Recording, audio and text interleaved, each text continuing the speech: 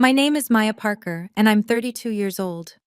The day my parents called me a burden and slammed the door in my face, they had no idea I was carrying $3 million in my bag. Well, not the cash itself, but the proof of it. A single envelope that would change everything between us.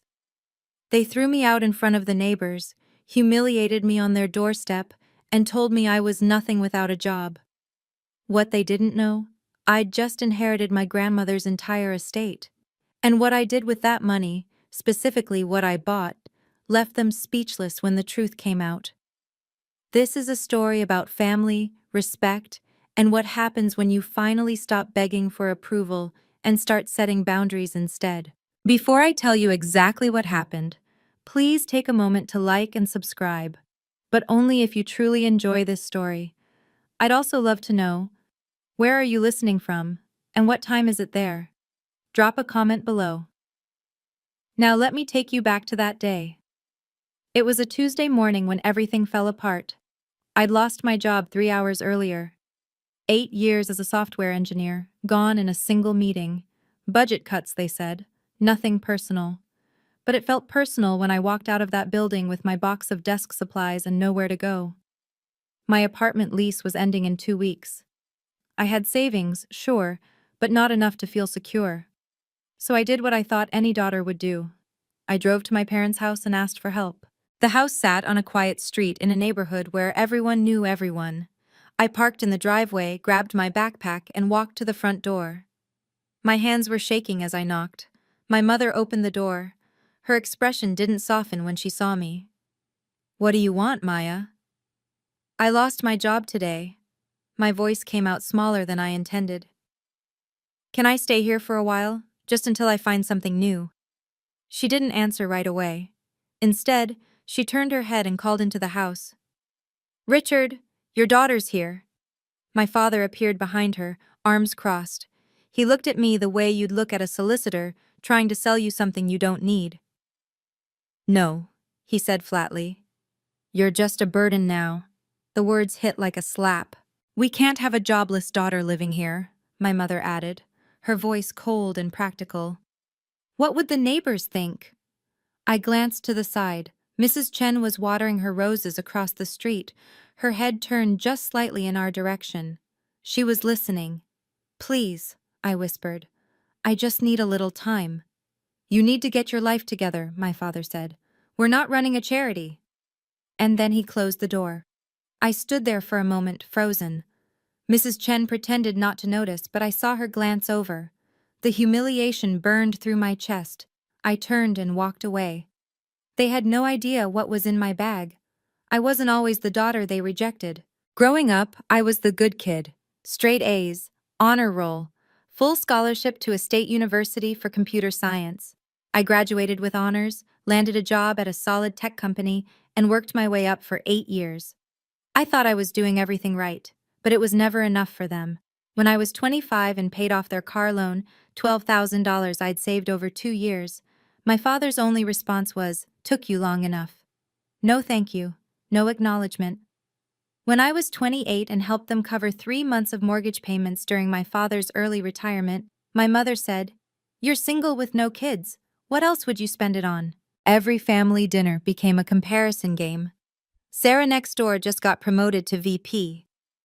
The Chen's son bought his parents a vacation home. "When are you going to give us grandchildren?" I was never Sarah, never the Chen's son, never enough. The only person who ever made me feel valued was my grandmother, Dorothy. She'd immigrated from Taiwan in her 20s, built a small chain of laundromats from nothing, and saved every penny. She used to tell me, "Maya, you're worth more than their approval. Don't ever forget that." She passed away 2 months ago. The funeral was small. My parents complained about the cost of flowers. I cried alone in the back row. What I didn't know then, what no one knew, was that Grandma Dorothy had left a will.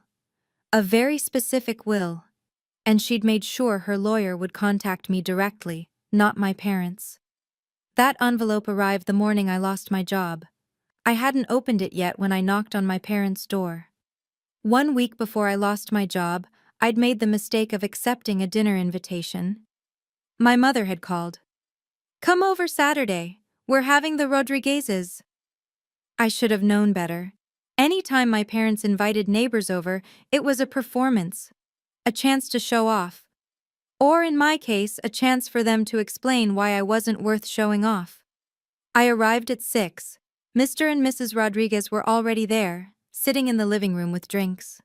My parents greeted me with tight smiles. "Maya, you remember the Rodriguezes," my mother said. "Their daughter just made CEO of her marketing firm." "That's wonderful," I said, shaking their hands. We sat down to dinner. Within 10 minutes, the comparison started. "So Maya," Mrs. Rodriguez said kindly, "your mother tells me you work in tech?" "Yes, I'm a software engineer," my father cut in. "She writes code. It's very technical." He said it like I fixed printers for a living. "When are you going to settle down?" my mother asked, passing the salad. "You're not getting any younger." I felt my face flush. "I'm focused on my career right now." "At least get a promotion," my father added. "Your job sounds so ordinary." Mr. Rodriguez shifted uncomfortably. Mrs. Rodriguez gave me a sympathetic look. I tried to explain what I did. Back-end systems, database architecture, but my father waved his hand dismissively. "No one understands that stuff anyway." The rest of the dinner was more of the same. My mother bragged about the Rodriguez's daughter. My father lamented my lack of ambition. I sat there, invisible, shrinking with every word. When I left that night, I sat in my car for 20 minutes, trying not to cry. I left that dinner knowing something had to change. I just didn't know how soon. After my parents closed the door in my face, I sat in my car for a long time. The engine was off. The street was quiet. Mrs. Chen had gone back inside, but I could still feel the weight of her gaze, the neighborhood's silent judgment. I thought about what would happen if I just accepted this, if I drove away, found a cheap apartment, and pretended this day never happened. I'd still be the failure daughter, the one who couldn't keep a job, the one who wasn't married, wasn't successful, wasn't worth their time. Every future family gathering would carry this moment with it. Every conversation would have an undercurrent of disappointment. I'd spend the rest of my life trying to prove I wasn't a burden, and I'd never succeed, because the problem wasn't me, it was them. My grandmother's voice echoed in my memory. "Never let anyone make you feel small, Maya. You're a lion, not a lamb." I reached into my backpack and pulled out the envelope. It had arrived that morning, right before I got the call to come into the office. I'd shoved it in my bag, planning to open it later. The return address was from Harrison and Associates, the law firm that handled my grandmother's estate. I tore it open. Inside was a letter, printed on cream-colored paper. I read it once, then again, then a third time, just to make sure I wasn't imagining it. "Dear Ms. Parker, we are writing to inform you that you are the sole beneficiary of Dorothy Chen's estate, valued at approximately $3 million. $3 million. My hands were shaking. I could walk away and let them win, or I could show them what a burden really looks like when she stands up. I kept reading. The letter explained that my grandmother had updated her will 6 months before she passed. She'd left specific instructions. The money was mine. No strings, no conditions. But there was a handwritten note attached, in her shaky cursive. "My dearest Maya, use this to live the life you deserve, not to feed those who don't value you. You were always my lion. Show them your roar. With all my love, Grandma." I pressed the note to my chest and let myself cry. Not sad tears, angry tears, relieved tears.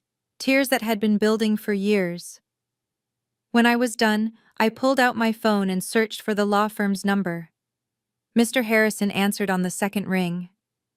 "Mr. Harrison, this is Maya Parker. I just received the letter about my grandmother's estate." "Ms. Parker, yes. I'm so sorry for your loss. Do you have questions about the distribution?" "Actually, I need your help with something else." There was a pause. "I'm listening." "My parents are renting a house on Maple Street. I want to know who owns it and if it's for sale. Another pause. May I ask why? Because I want to buy it. I see. His tone shifted, more cautious now.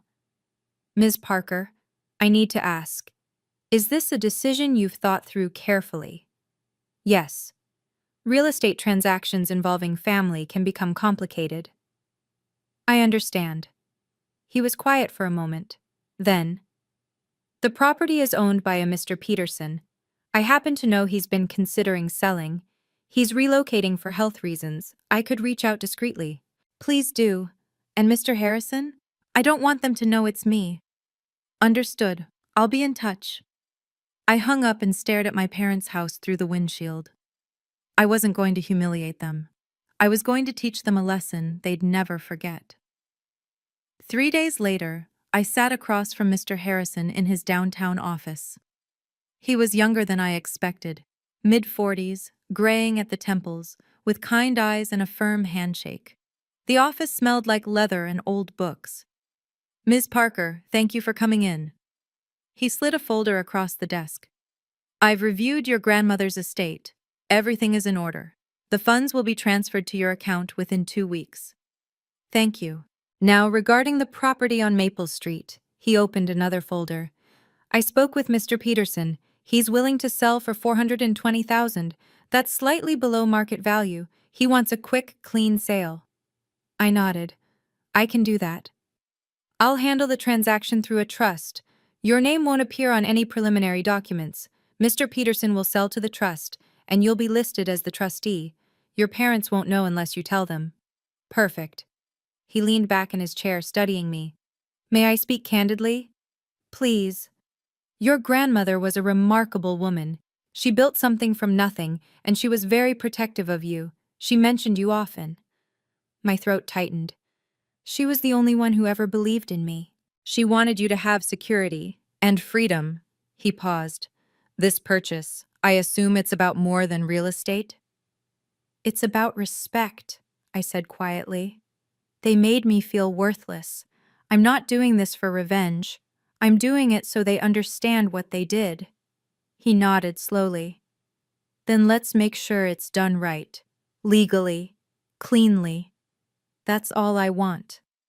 Good. I'll draw up the papers. I'm not doing this for revenge. I'm doing it for respect. 1 week after I signed the initial purchase documents, my mother called. I almost didn't answer. But curiosity won. Hello? Maya, it's your mother. Hi, Mom. No. How are you? No. Are you okay? Just.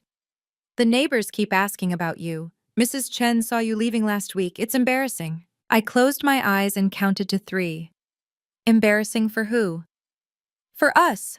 People are talking. My father's voice came through in the background. Tell her to find a job and stop making us look bad. Did you hear that? My mother asked. I heard. Well, have you found anything yet? I'm working on it. Working on it isn't good enough, Maya. You're 32 years old. You should have your life together by now. Do you even care how I'm doing? She sighed like I was being difficult. Of course we do. But you need to get your life together first. We can't help you if you won't help yourself. I never asked for your help. Then why did you come here? Because I thought... I stopped myself. Never mind. My father's voice again, louder now. Is she crying? Tell her we don't have time for drama. Something inside me snapped. I have to go. Maya. I hung up. My hands were shaking, not from sadness, from rage. I opened my email and found the message from Mr. Harrison, sent that morning. Purchase finalized. You are now the owner of 447 Maple Street. Congratulations. I stared at the screen. They had no idea. That was the last time I let them hurt me with words. 2 weeks after my parents slammed the door in my face, I became their landlord. Mr. Harrison called me on a Thursday afternoon. Miss Parker, the transfer is complete. You're the official owner of 447 Maple Street. I'm sending the deed and all documentation to your email now. Thank you. There's one more thing. Mr. Peterson's lease with your parents expires in 30 days. You'll need to decide whether to offer them a renewal. I will, but on my terms. Understood. I'll draft a new lease agreement. Standard market rate? Yes. No special treatment. I'll have it ready by next week. When I hung up, I sat in my car outside a coffee shop and opened the email. There it was, the deed, with my name in bold letters. Maya Parker, owner. I drove to Maple Street. It was late afternoon, the sun casting long shadows across the lawns. I parked down the block and walked slowly toward the house. It looked the same as it always had. White siding, blue shutters, a small front porch where my mother kept potted plants. Through the living room window, I could see my father sitting in his recliner, watching television. My mother moved past in the background, carrying something. They had no idea the person who now controlled their home was standing 50 feet away. I felt a strange sense of calm. This wasn't about revenge. This wasn't about hurting them. It was about showing them, showing myself, that I didn't need their approval to have power. I didn't want their house. I wanted them to understand what it feels like to be powerless. And soon, they would. I ran into Mrs. Chen at the grocery store 2 days later. She was examining avocados when she looked up and saw me. Her face brightened. "Maya, how are you, dear?" "I'm doing well, Mrs. Chen. How are you?" "Oh, you know, same old, same old." She put an avocado in her basket. "I heard you moved out of your parents' place."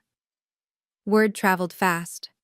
"Yes, I'm staying somewhere else for now." She nodded, her expression sympathetic. "Your mother mentioned you'd lost your job. That must be very difficult." Of course she did. "It was a surprise," I said carefully. "But I'm managing." Mrs. Chen studied me for a moment. "You look different, Maya.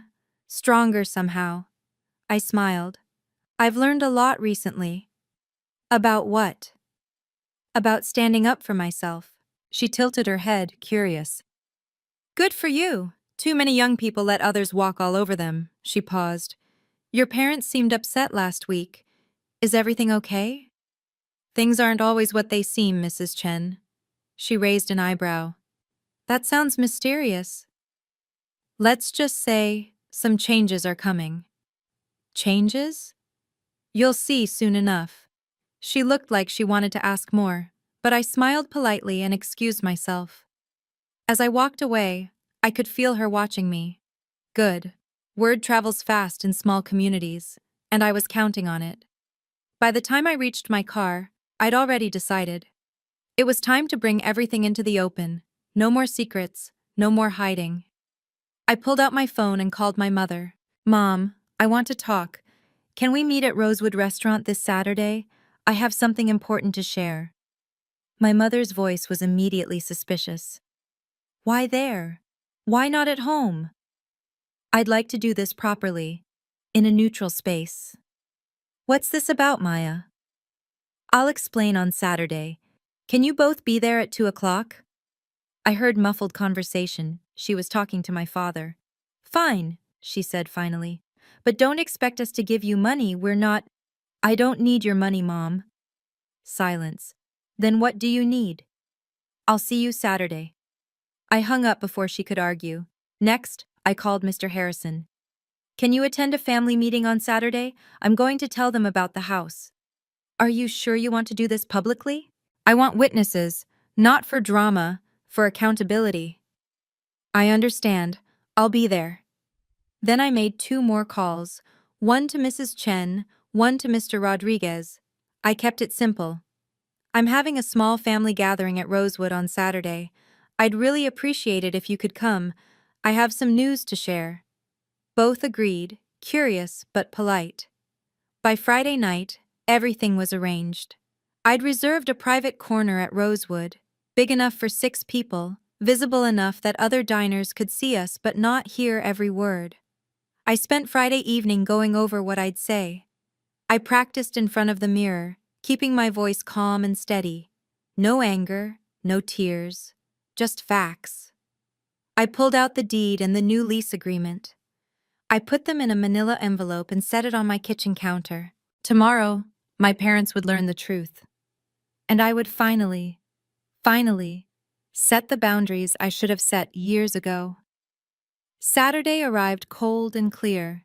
I got to Rosewood Restaurant 15 minutes early. The hostess led me to the corner table I'd reserved. It was round, with 6 chairs, positioned near a window overlooking the street.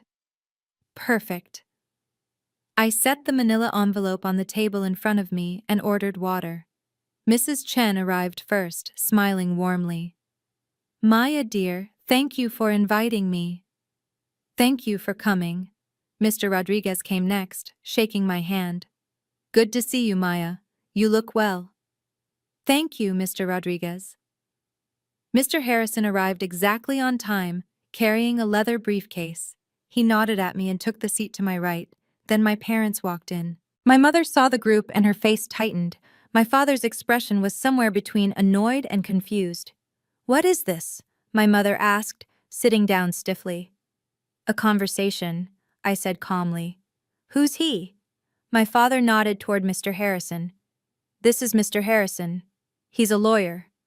A lawyer? My mother's voice rose slightly. Maya, are you in some kind of trouble? No. He's here to help clarify some things. Mrs. Chen and Mr. Rodriguez exchanged glances but stayed quiet. My father cleared his throat. So what's this about? We don't have all day. I took a breath. The restaurant hummed with quiet conversation around us. Silverware clinked. Someone laughed at a nearby table. I wanted to talk about our relationship, I began. My father cut me off. There's nothing to talk about. You need to get a job and stop wasting our time. Mrs. Chen frowned. Mr. Rodriguez shifted uncomfortably. I looked at Mr. Harrison. He nodded. It was time. I tried again. I wanted to talk about how you've treated me. My mother sighed dramatically. Here we go. When I came to you 3 weeks ago, I'd just lost my job. I was scared. I needed support. And we told you the truth, my father said. You need to stand on your own 2 feet. You called me a burden. Well, what else would you call someone who shows up with no job and no plan? Mrs. Chen's mouth fell open slightly. Mr. Rodriguez looked down at his hands. That's a bit harsh, Linda, Mrs. Chen said quietly. My mother turned to her. You don't understand. She's been a disappointment for years. No husband, no children, barely keeping her job. We can't keep being embarrassed by her. The words hung in the air. I felt the familiar sting, but this time, something was different. I wasn't shrinking. I wasn't apologizing. Is that really how you see me? I asked. What else is there to see? My father said. Mr. Rodriguez spoke up, his voice firm. Richard, that's your daughter. I know who she is. Then maybe you should treat her like it. My father's face reddened. This is a family matter. You made it public when you threw her out in front of the neighborhood, Mr. Rodriguez said. My mother looked flustered. We didn't throw her out, we couldn't help her. You didn't even try, I said softly. Because you're a failure, my father snapped. The table went silent. I looked at Mr. Harrison. He nodded. It was time to show them exactly what kind of failure I was. I placed my hands flat on the table. My voice was steady. I want to share something with everyone here. What now? My father said. More excuses? No. The truth. I reached for the manila envelope and opened it slowly. Inside were 2 documents. I pulled out the first one, a letter from the law firm. 2 months ago, Grandma Dorothy passed away. My parents nodded impatiently. We know. So what? She left a will. We know that too, my mother said. What does this have to do with anything? She left me her entire estate. I paused. $3 million. The table went completely silent. My mother blinked. What? $3 million, I repeated. Grandma left everything to me. My father's face went pale. That's not possible. She would have told us. She didn't want you to know. I slid the letter across the table. Mr. Harrison can confirm it. Mr. Harrison nodded. It's all legal and properly documented. Ms. Parker is the sole beneficiary. Mrs. Chen gasped softly. Mr. Rodriguez leaned back in his chair, eyebrows raised. My mother stared at the letter like it might bite her. Why would she do that? Because she knew how you treated me. I kept my voice calm. She knew you measured my worth by my job title and my relationship status. She wanted me to have security and freedom. My father's hands were shaking. This is ridiculous. It's not, Mr. Harrison said. The estate has been fully transferred. I looked at my parents. You called me a burden, but burdens don't inherit millions. Burdens don't have power. I paused. But that's not all I need to tell you. Before I continue, I want to pause for just a moment. If you're listening to this story and it's touching something in your heart, maybe because you've experienced something similar, or because you believe everyone deserves respect, please leave a comment below. Share your thoughts. Have you ever had to set boundaries with family? What helped you get through it? I read every single comment, and I'd love to hear your story. And if you haven't already, please consider subscribing. It really helps me keep sharing these stories. Now let's see what happened next. I pulled out the second document. I also used part of that money to buy something. My father's eyes narrowed. Buy what? The house you're living in. For a moment, no one moved. Then my mother laughed. It was a sharp, disbelieving sound. That's ridiculous. We rent from Mr. Peterson. You did rent from Mr. Peterson, I said. He sold the property 3 weeks ago. To who? To me. The color drained from her face. Mr. Harrison reached into his briefcase and pulled out a copy of the deed. He placed it on the table. Mr. Peterson sold the property to a trust managed by Ms. Parker. The sale was finalized 2 weeks ago. She is now the legal owner of 447 Maple Street. My father grabbed the document and read it, his hands trembling. My mother leaned over his shoulder, her lips moving silently as she scanned the words. Oh my God, Mrs. Chen whispered. Mr. Rodriguez sat very still, watching my parents' faces. You bought our house? My mother stammered. Yes. Why would you do that? Because I could. My father slammed the deed down on the table. This is insane. You can't just— I can, I said calmly. And I did. But why? I leaned forward. You called me a burden. You threw me out in front of the neighbors. You told me I was nothing without a job. My voice was steady, but there was steel in it. I wanted you to understand something very important. I paused. Burdens don't own property. Burdens don't have power. I do. My mother's hands flew to her mouth. You can't kick us out. We have nowhere to go. I'm not kicking you out. She blinked, confused. You're not? No. My father's voice was hoarse. Then what do you want? I took a breath.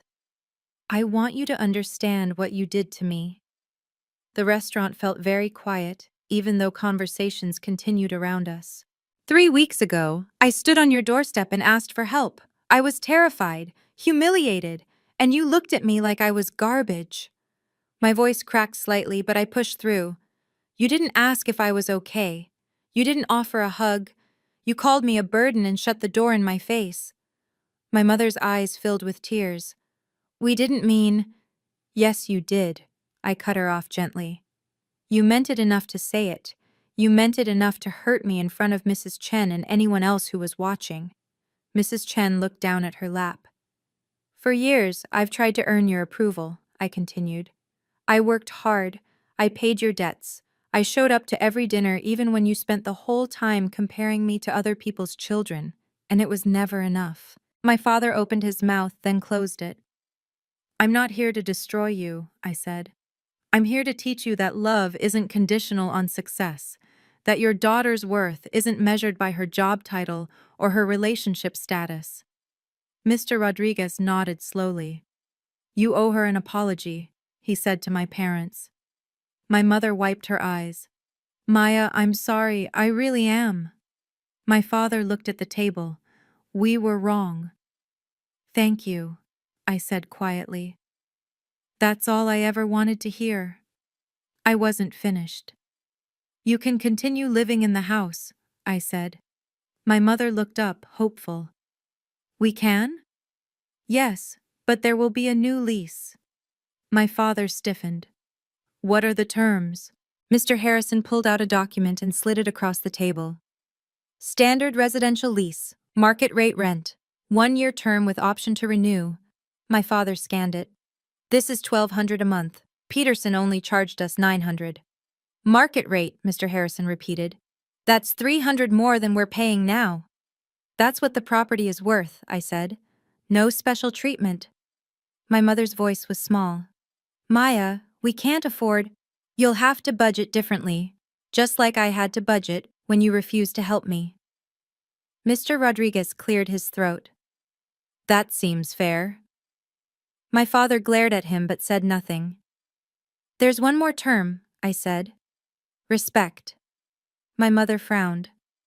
Respect? Yes, you will treat me with the same respect you expect from me. No more insults, no more comparisons to the neighbor's children, no more making me feel small. I pulled out a pen and placed it on the lease. If you violate this, if you belittle me, if you call me a burden, if you treat me the way you've treated me for the past decade, the lease terminates, immediately. My father stared at the document. You're serious? Completely. Mrs. Chen smiled slightly. Good for you, Maya. My father picked up the pen. His hand shook as he signed his name. My mother signed below him, tears still streaming down her face. Mr. Harrison collected the lease. This is legally binding. Any violation, and you'll have 30 days to vacate.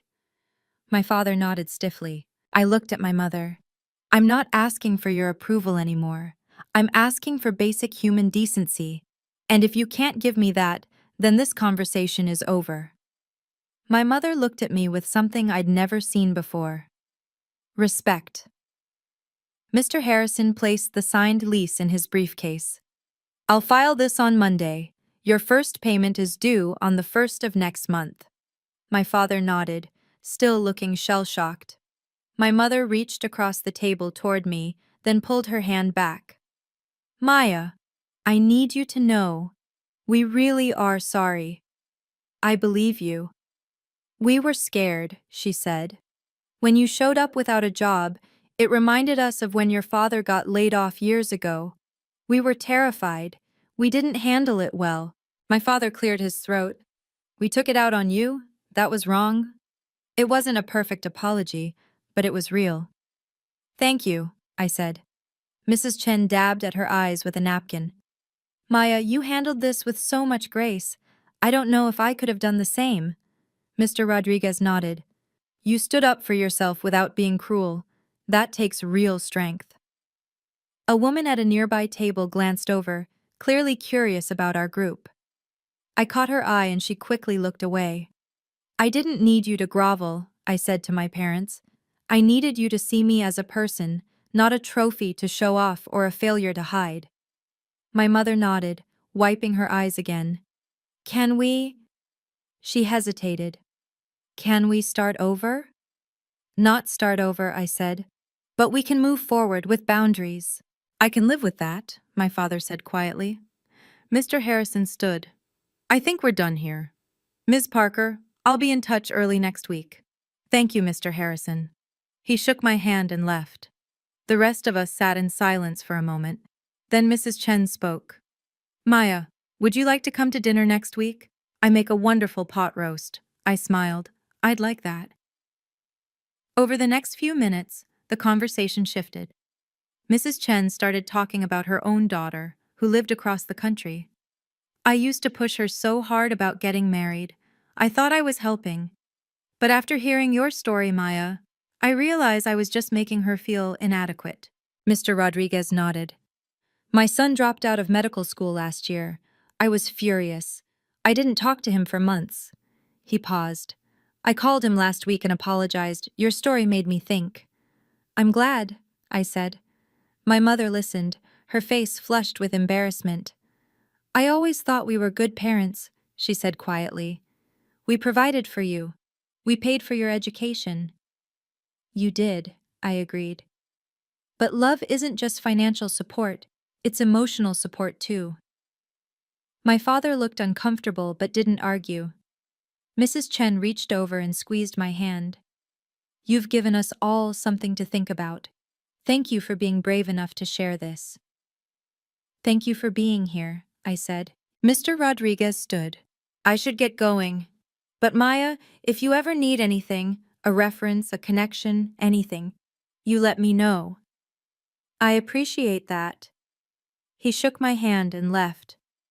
Mrs. Chen gathered her purse. I meant what I said about dinner, next Friday? I'll be there.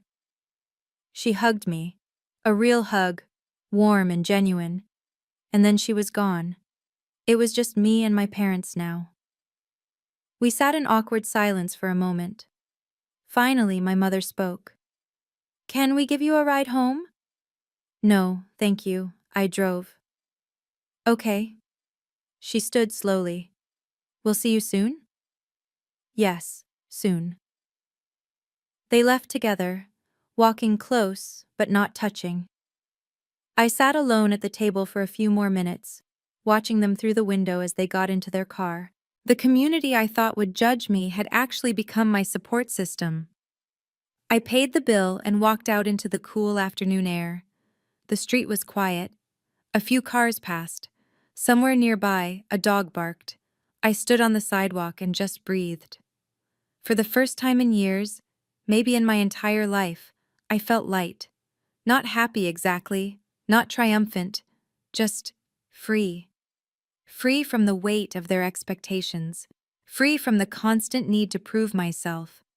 Free from the belief that I was somehow less than because I didn't fit their definition of success. I pulled out my phone and looked at the photo of my grandmother I kept as my wallpaper. She was smiling, standing in front of one of her laundromats, her arms crossed proudly. I did it, Grandma, I whispered. I roared. I could almost hear her voice. I knew you would, sweetheart. I always knew. I got in my car and sat for a moment, hands on the steering wheel. Through the restaurant window, I could see the table where we'd been sitting. The chairs were empty now, but I could still picture all of us there, the tension, the tears, the truth. I glanced in the rearview mirror and caught sight of my parents' car pulling out of the parking lot. They were talking to each other, my mother gesturing with her hands. For the first time, I didn't feel angry watching them. I didn't feel hurt. I just felt done. I didn't win because I had money. I won because I finally valued myself. I started the engine and drove away. But the story doesn't end there. If you've been following this story to this point, I want to ask you something. Do you think I did the right thing? Some people have told me I was too harsh. Others say I did exactly what needed to be done. I want to hear your opinion.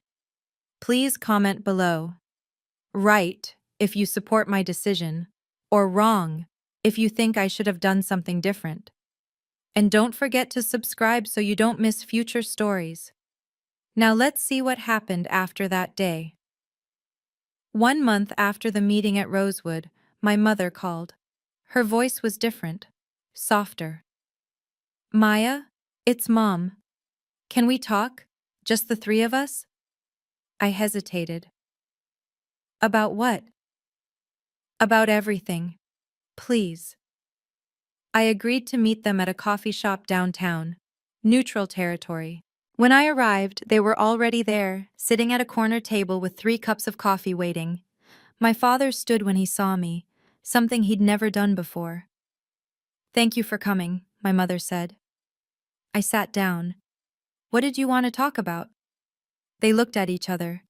Then my father spoke. We've been thinking a lot about what you said, about how we treated you. My mother nodded. We realized we were terrible parents in many ways. I stayed quiet, letting them continue.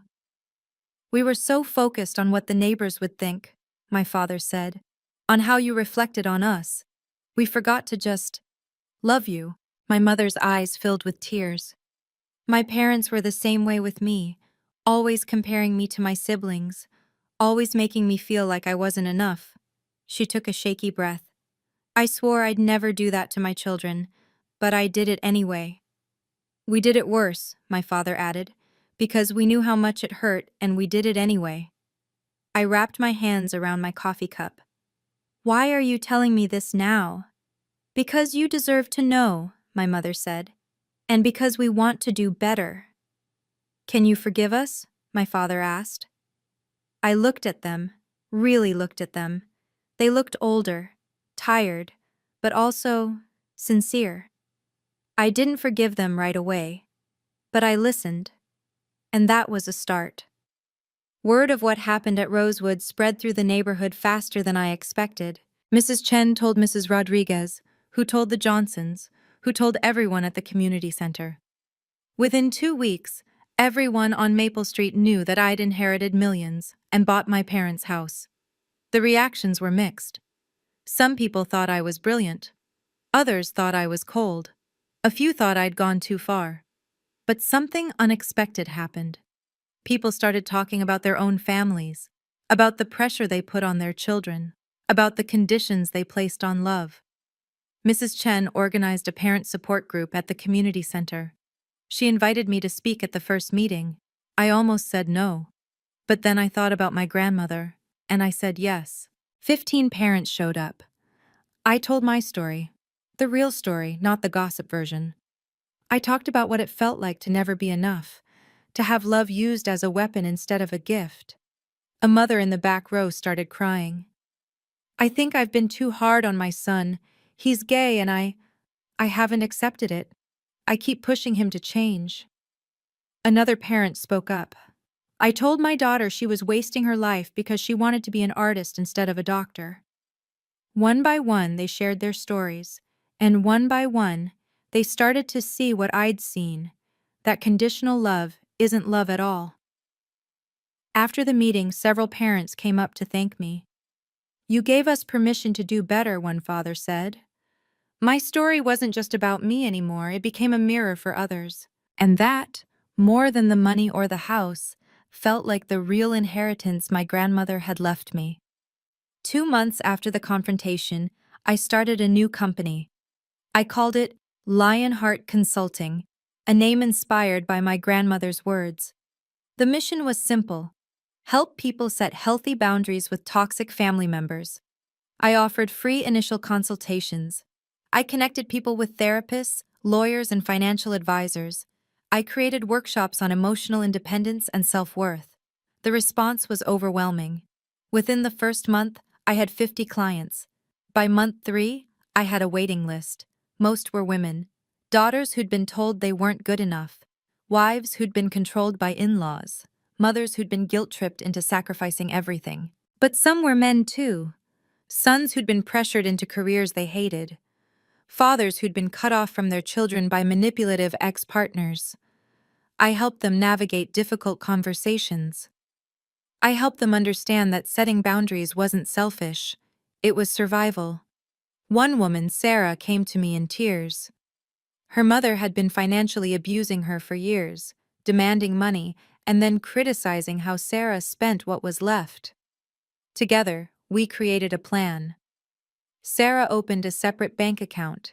She set a monthly limit on what she'd give her mother, and she practiced saying no. 3 months later, Sarah sent me a photo. She was smiling, standing in front of a new apartment she'd been able to afford because she'd stopped funding her mother's shopping addiction. You saved my life, she wrote. But I hadn't saved her life. She'd saved her own. I'd just shown her it was possible. This work, helping people find their worth, meant more to me than any engineering job ever had. Grandma didn't just leave me money, she left me a mission: to help others find their worth, and I was just getting started. 6 months after that day at Rosewood, my relationship with my parents had changed. They still lived in the house. They paid rent on time every month. My father set up an automatic transfer to make sure they'd never be late. They called me once a week. Not to criticize, not to compare, just to talk. "How's your business going?" my mother would ask. "Really well. I'm hiring an assistant next month." "That's wonderful, sweetheart." Sweetheart. She'd never called me that before. My father started asking about my life in ways he never had. "Are you happy, Maya?" "Yes, Dad. I am." "Good. That's all that matters." It wasn't perfect.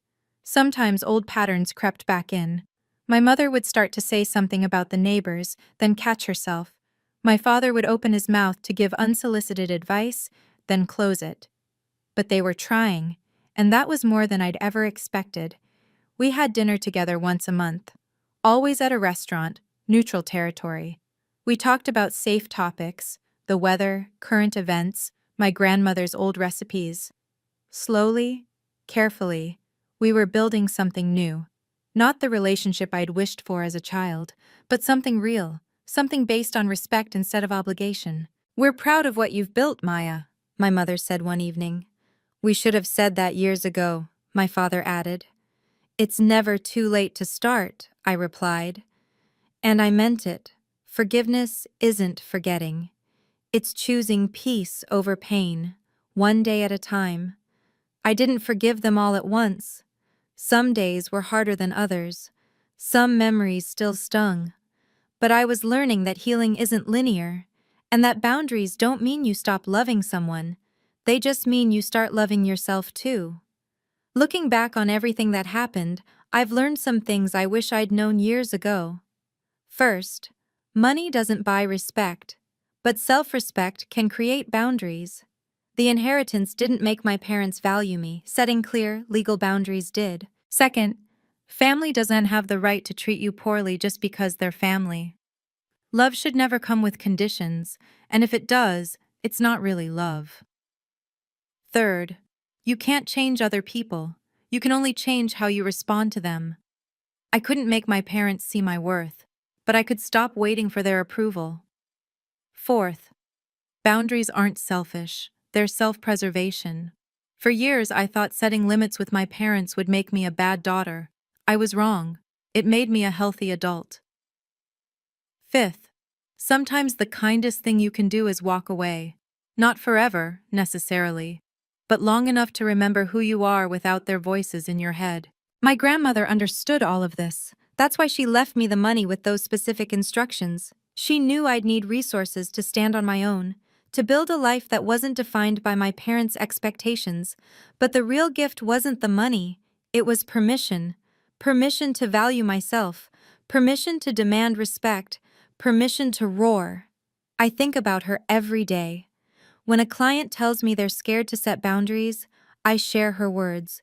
"You're a lion, not a lamb." And I watch them transform. Just like I did. I didn't need their approval to be worthy. I was always worthy. I just needed to believe it myself. That's the lesson I carry with me now, and the one I hope to pass on to everyone who needs to hear it. Today, I'm sitting in my office, a small space downtown with windows that overlook the city. Lionheart Consulting has grown beyond anything I imagined. I have 3 employees now, and we're helping hundreds of people every month. My phone buzzes. It's an email from a woman named Jennifer.